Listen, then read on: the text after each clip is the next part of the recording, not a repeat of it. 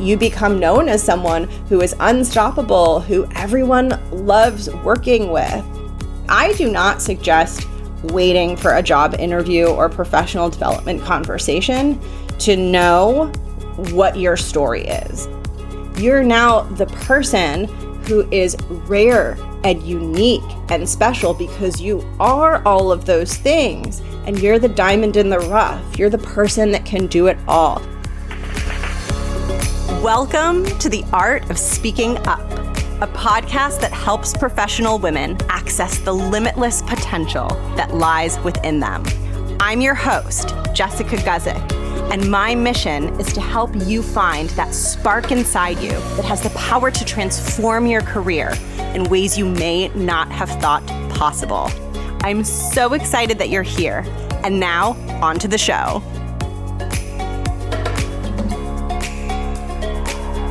Welcome to the show. I am so excited about the topic for today's episode. I'll introduce myself before I dive in. In case you're new, I'm Jess. This is my podcast. I used to have a career in the corporate space, in the 9-to-5 space. I was very successful. And now I am a full-time leadership and career coach for women in the 9-to-5 space. And part of my mission on the podcast, one of the reasons that I started the podcast, was I wanted to be part of the movement, or I don't know, is it a movement? I don't know, but I wanted to be part of creating more female leaders in the corporate space because there is a lack of female leadership and an even bigger lack of diverse female leadership. And that is something that I wanted to help solve through this show.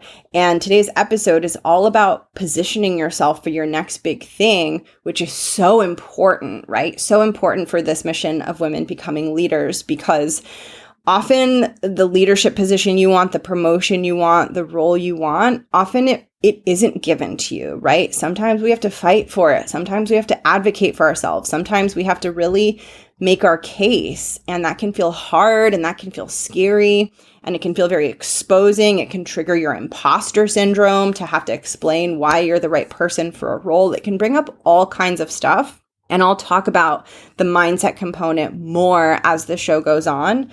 But today's episode is specifically how to answer the question of, so tell me why you're the right person for this role. Why you?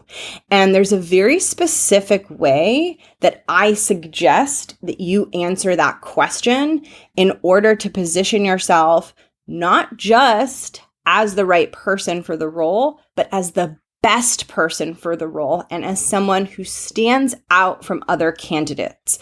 Because when you are positioning yourself for a role, often other people are doing the same thing.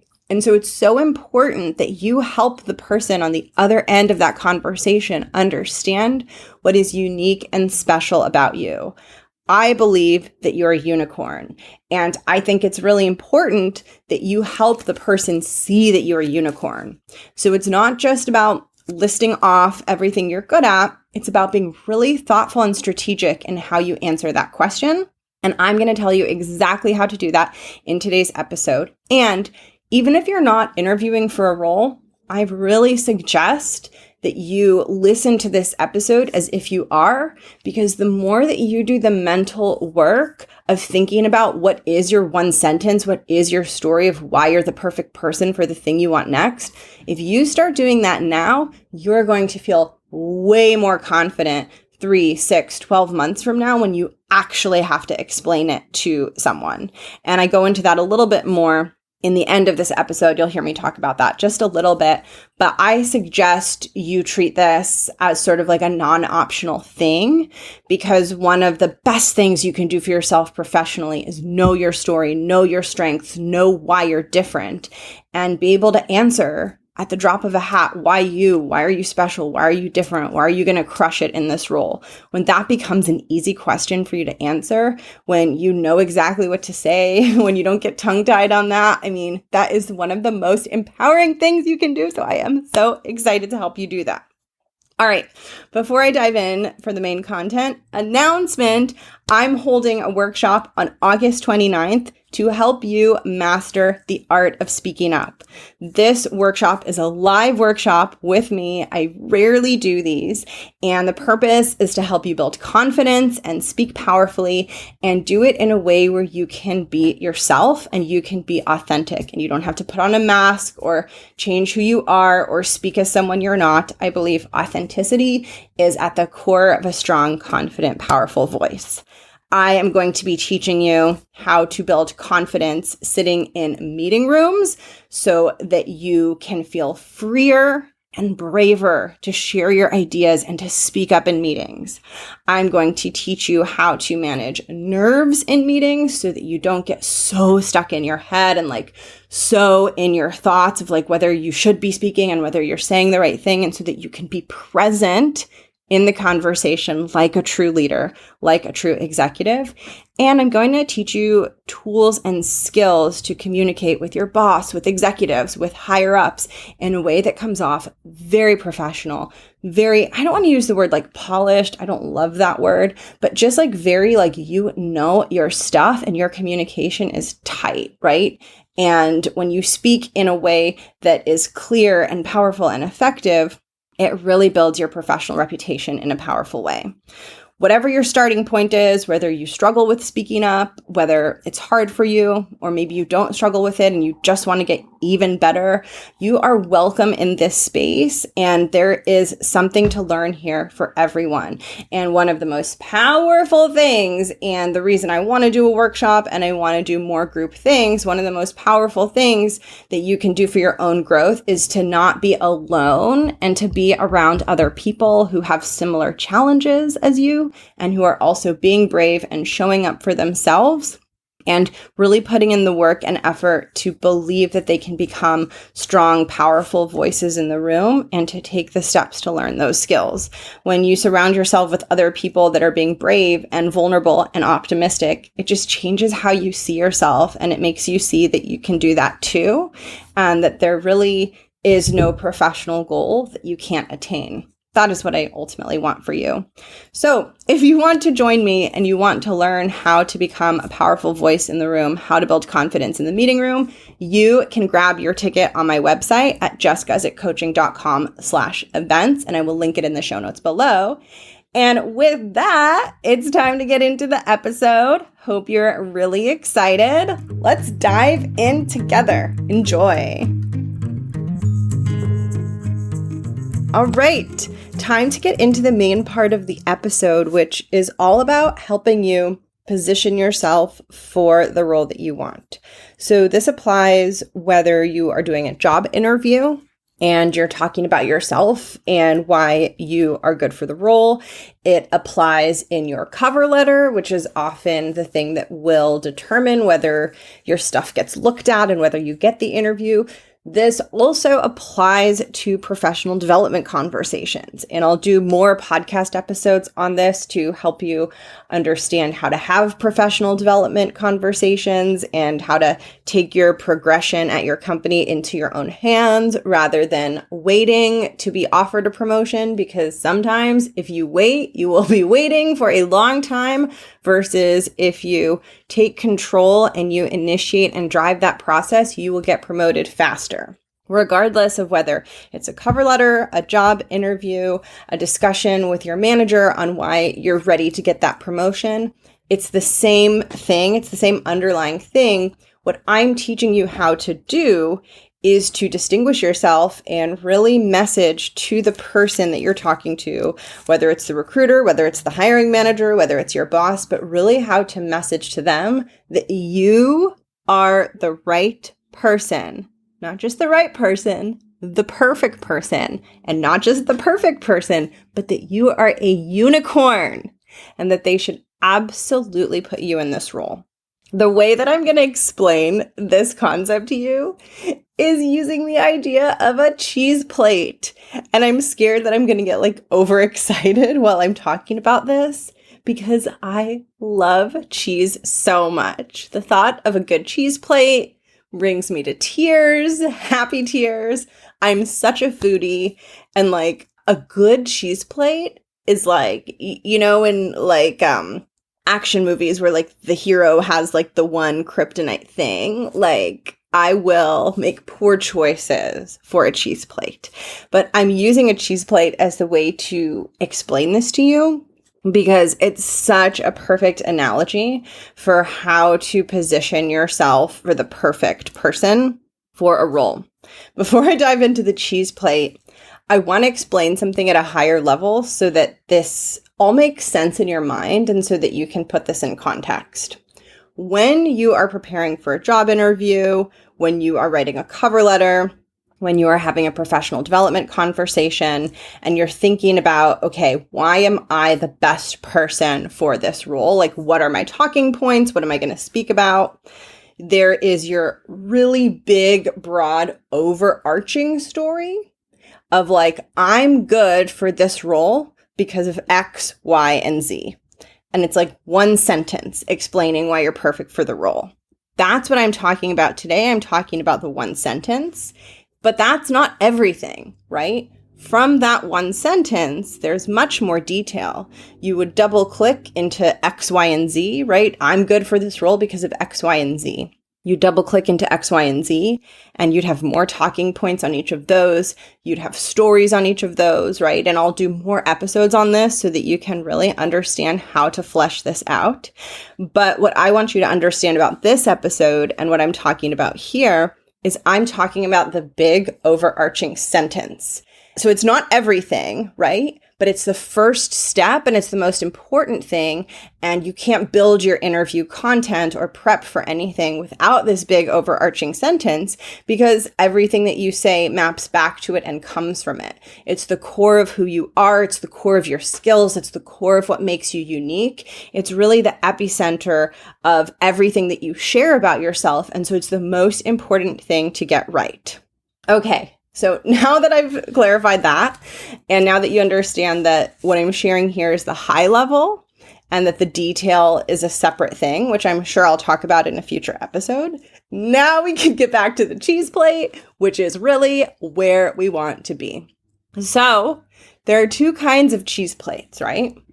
There's one kind, there's actually more than two kinds, right? Let's be real. But for purposes of this episode, there are two kinds of cheese plates.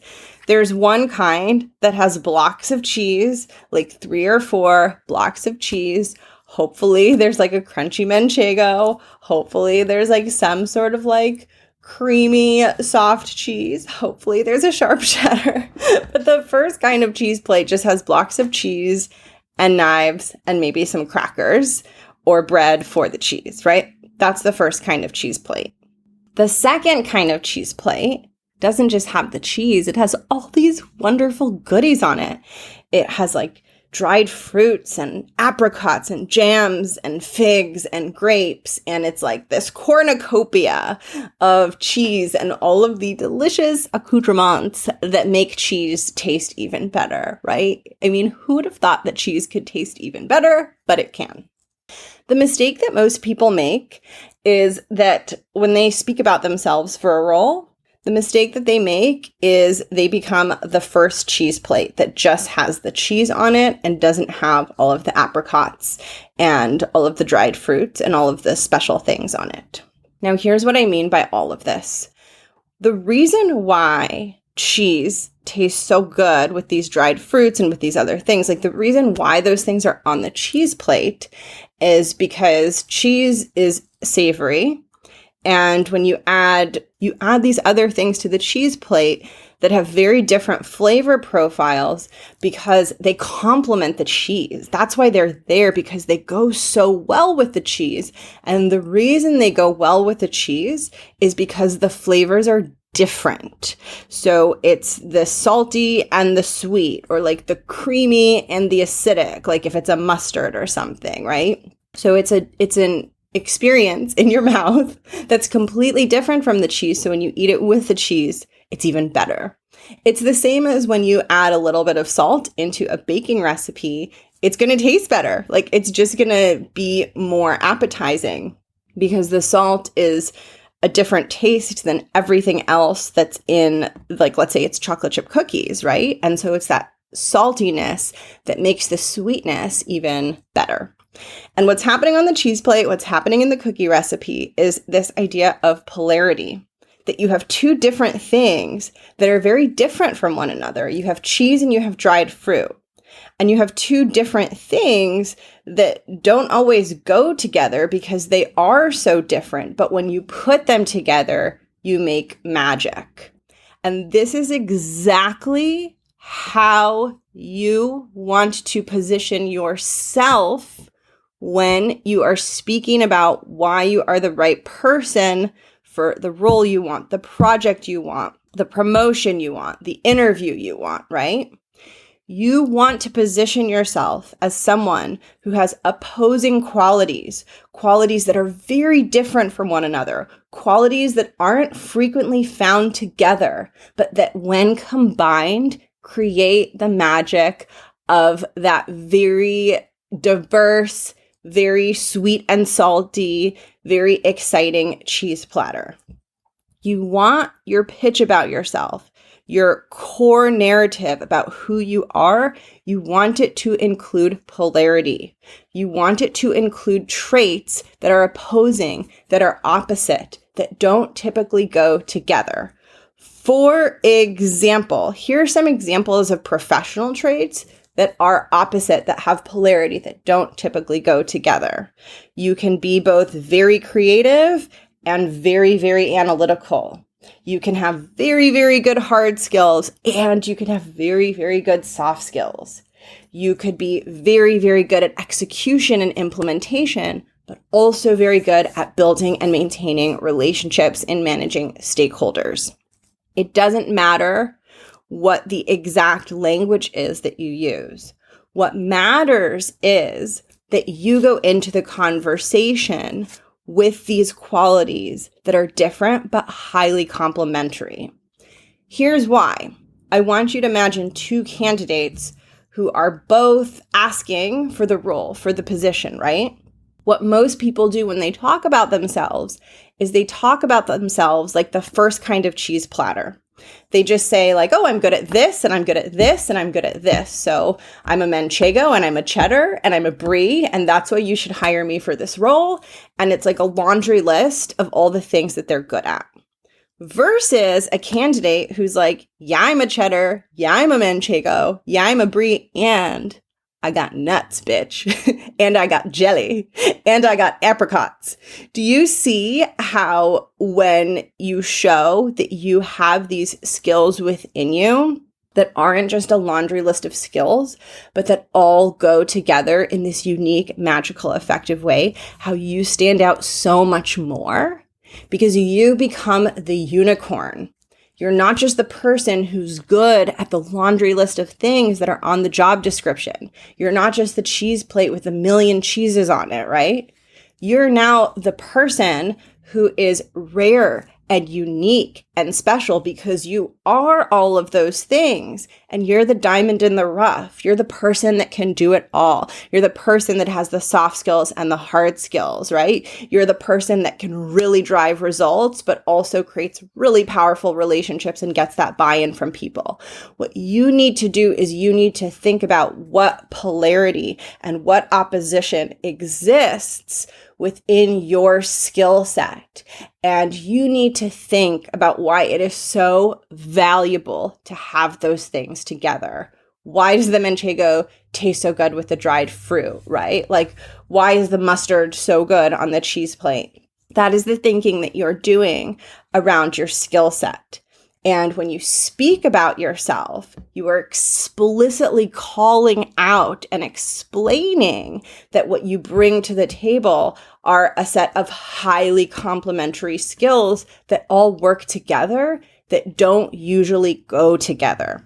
And that is how you become the person who isn't just, again, coming there with like the cheese plate with all of these cheeses on it, which is great. Like, we love a cheese plate, right? But when there's a lot of competition for a role and you need to stand out, you want to be the cheese plate that has all of these beautiful elements that just like tie together in this magical way. And that is the thinking that you need to do.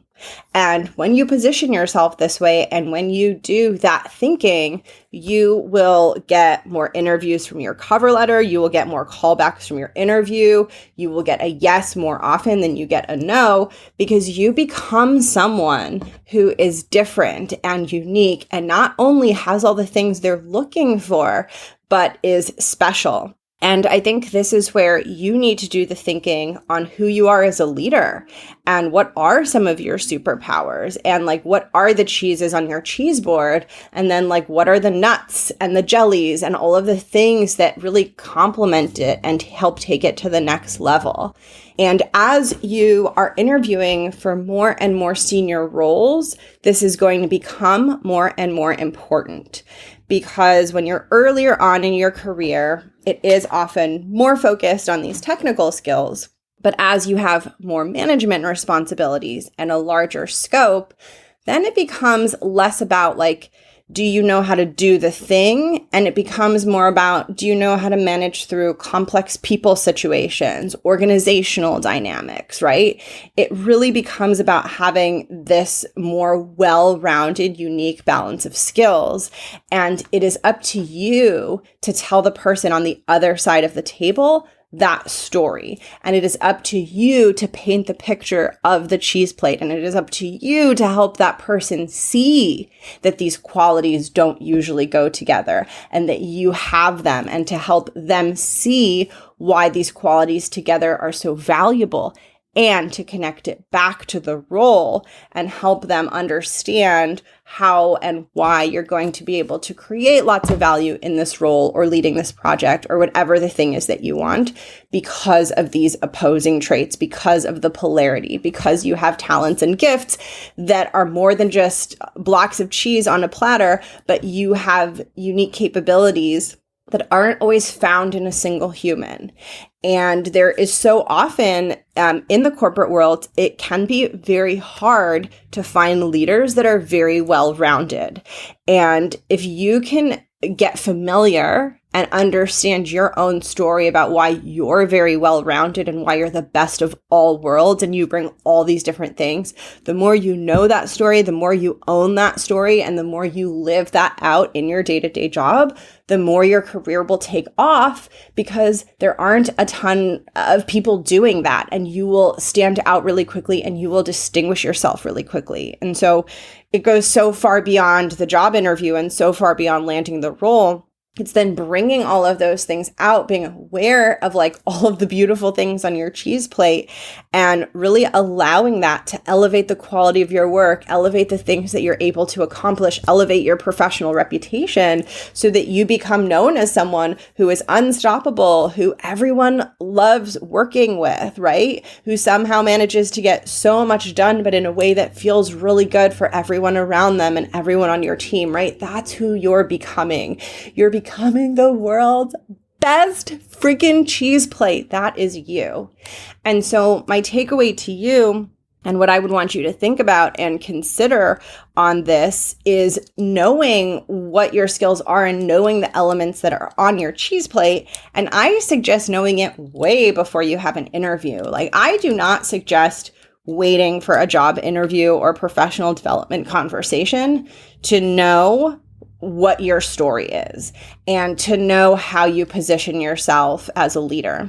Because the more that you identify that story, internalize that story, own that story right now, the less you're going to feel imposter syndrome when you have to explain it to someone in an interview. Because if you live it out now, you identify it now, you embody it now, then you begin to see like, holy cow, I'm good at this. Like, I'm good at these things. I really do have these opposing skills. I really am able to drive results. And that's who I am. And then when you have to speak to someone about it, your brain's not like freaking out on you and saying like, you're such an imposter, because you've spent months, weeks, maybe years becoming this person, getting to know these opposing skills that you have, understanding what is on your cheese plate, right? You've spent all this time bringing those things to life. So when it comes time to explain it to someone, You don't feel like you're making things up. You feel like you're telling someone what you already know about who you are. You're explaining to someone how you've been working, how you've been getting things done for the past, like I said, months or years, right? I will often work with someone and they will feel like they are making things up to share in an interview. And it's not that you're making things up, right? It's first of all that your brain can't always see the narrative of who you are. You can't see your own brilliance, et cetera, et cetera. But also, if you want to feel less like you're making things up in an interview, then live out the person you want to be right now. Don't wait until you have an interview and then scramble in your brain to be like, who am I and how do I explain myself? Ask yourself that now and become that person now to save yourself that stressful, dreadful experience of being like, oh my gosh, I have to talk about myself in an interview and I feel like it's all a lie and I feel like I haven't done anything and I feel like I'm lying to them and I'm not really the best person for this role, right?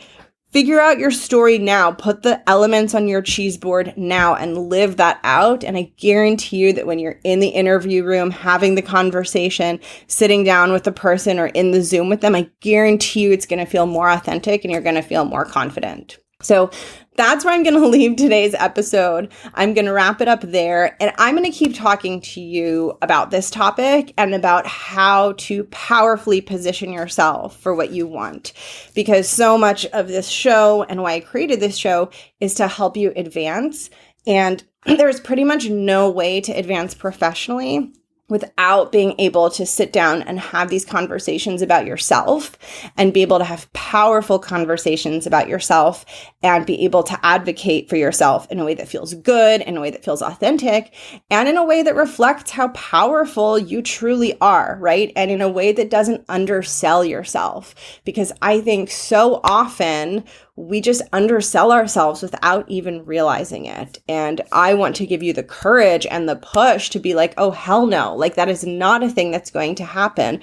We're going to help you see how brilliant you are and help you message it to the person across from you so that there is no doubt in their mind. Because what really sucks is for you not to get a role or for you to miss out on a role that you were qualified for. And the only reason you missed out on it was because you underestimated yourself and you undersold yourself because you had an inaccurate thought, a false thought that you weren't good enough, and you prepared your interview content and showed up in the interview from the thoughts that you aren't good enough, but you actually were. You could have crushed it in the role. You just couldn't see it. Your thoughts were distorted. And that organization missed an opportunity. It's not just a missed opportunity for you. They lost out on your talent and your perspective and your leadership. So I want to really help you step into that discomfort, step into the spotlight, step into that uncomfortable place where you're bragging about yourself and you're owning your strengths and you're like, this is the best cheese plate in the freaking world. I want to help you go to that place, even if it feels scary, even if it feels uncomfortable, so that you can speak about yourself accurately. Because even though it might feel uncomfortable to sell yourself and talk about how talented you are, even if it feels uncomfortable, doesn't mean it's not true. It more often than not is true. And so some of the work is to learn to lean into that discomfort. And I'm going to do my best to help you find ways to do that and to help you figure out how to position yourself really, really powerfully. But this is the start of it. You need to figure out your core message of who you are, and you need to figure out what your X, Y, and Z are. I'm good for this role because of X, Y, and Z. It could be two things. It could be X and Y, and they could be two very different things. Or it could be more than two things, X, Y, and Z, but you want to make sure at least one of them is very, very different and not typically found with the other qualities, right? And that is going to be the basis of how you speak about yourself, even when people ask you, what do you do or what are you good at, things like that. That's the core of everything. And then from there, once you have that, then it becomes a lot easier to prepare for the rest of the interview or the conversation because you have the high level. So now you just need to get down into the details. And I'll probably talk about that in future episodes. But I'm going to wrap up this solo episode. Thank you so, so much for tuning in. This is something that I work with quite a bit with my private clients, especially if they're going through a job search process during our time together, because I work with people for a minimum of 5 months. So it is not infrequent at all that in the time that I'm working with a client, they will be either going for a promotion or searching for a job sometime during our work together. And this is something that I provide customized one-on-one help with. If that's something that you think you might need, you can add your name to the waitlist for one-on-one coaching. And as soon as I have a spot open up, I will reach out to you and we'll connect to see if it's a fit to work together. And if you want to work together now, and if you're wanting to go deeper into this, come join me at the Art of Speaking Up workshop on August 29th.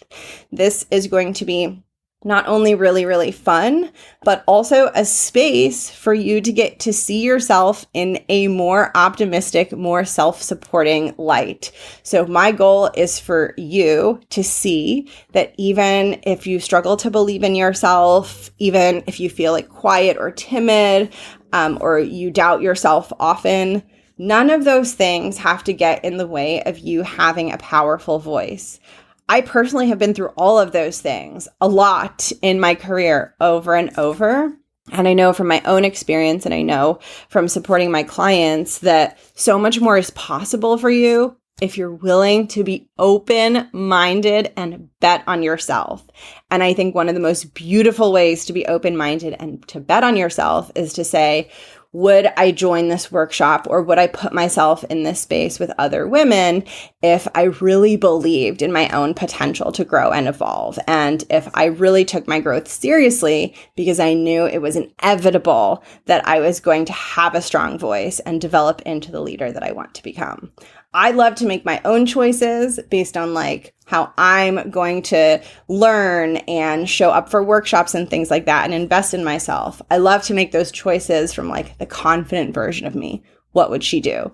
And so if the confident version of you would take the time to really build a stronger voice, learn how to harness confidence in meetings, learn how to show up powerfully even if you're feeling nervous. If those are things that are important for you, I would love for you to join me on August 29th, and you can grab your ticket in the show notes or go to jessguzikcoaching.com/events. And I hope to see you there. It's going to be really fun. If you want to say hi, I will drop my contact information down below so that you can take a look and reach out to me. And I think that's pretty much it. There's always lots of info in the show notes on how to reach out to me, how to get some of my free resources, how to join the waitlist for coaching. Everything's down there. But if you ever just want to say hi, say hi. I love it when you say hi. It's one of my favorite things ever. All right, time to wrap this up. I hope you're having a beautiful week. I have an incredible interview coming next week. I've been doing a lot of solo episodes, and so I'm so excited to put out this interview. I think you're going to love it, so I'll catch you there, and I'll see you in a few. Bye!